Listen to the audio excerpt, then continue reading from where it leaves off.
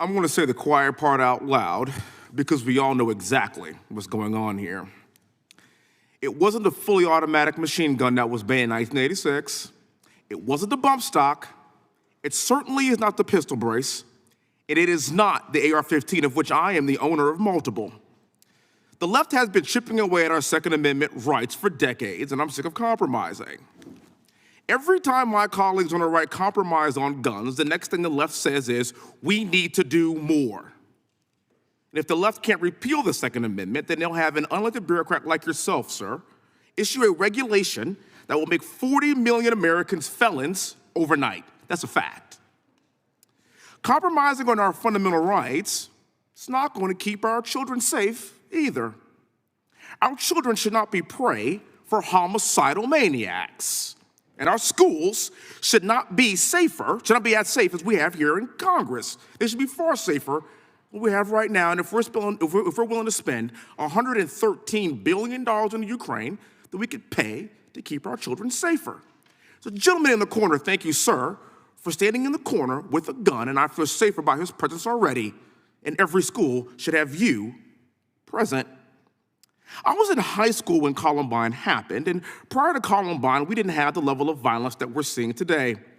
In 1986, you can walk into a store anywhere in this country and buy a fully automatic weapon.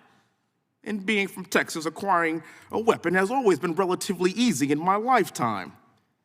Were there more or fewer mass shootings across our country when machine guns were available? I think we all know the answer to that. But we still weren't having these problems because it's not the guns, it's our core values that have plummeted. The left has been chipping away at our rights for years. They've also been chipping away at our core values. In 1960, 61% of Black Americans were married. Today, that number has plummeted to 30%. I am a current member of Congress today because I was raised in a two-parent household. We ate dinner together every single night. We prayed before dinner. We attended church every single Sunday. My parents were heavily involved in my education. I said the Pledge of Allegiance every single day proudly, and I know every word to God Bless the USA by Lee Greenwood. Because of these values, my sister, my brother, and I all graduated from West Point. We all served our country honorably. There's 60 years worth of military service just in my immediate family, which is by definition the American dream. It's because of these values. A recent Wall Street Journal survey came out and it kind of confirmed these decline in our core American values over the course of the past 25 years. The question was, what values are viewed as, quote, very important? Patriotism. In 1998, 70% surveyed felt like patriotism was very important. Today, 38%.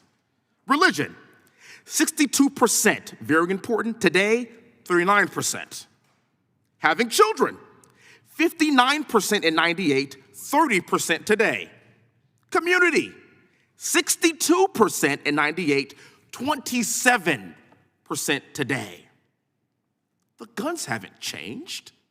The guns have always been available in the United States. Our society has changed, and it's changed drastically, in my opinion, for the worse.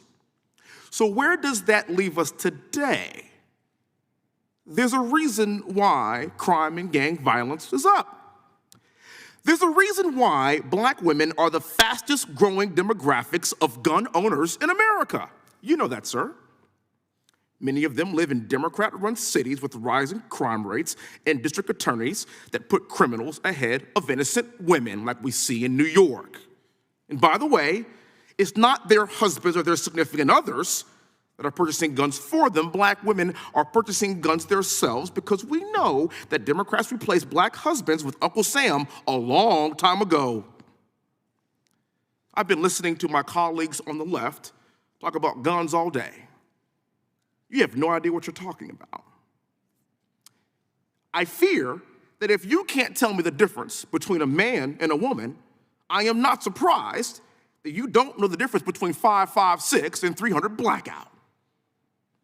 The problem with this administration is always having people that are appointed to run these agencies that aren't fully qualified, that don't understand exactly what's going on and how things work. And if I were running the ATF, I would know a thing about the F in ATF. And by the way, for the record, that's firearms, sir. It's firearms. And with that, I yield back. Thank the gentleman.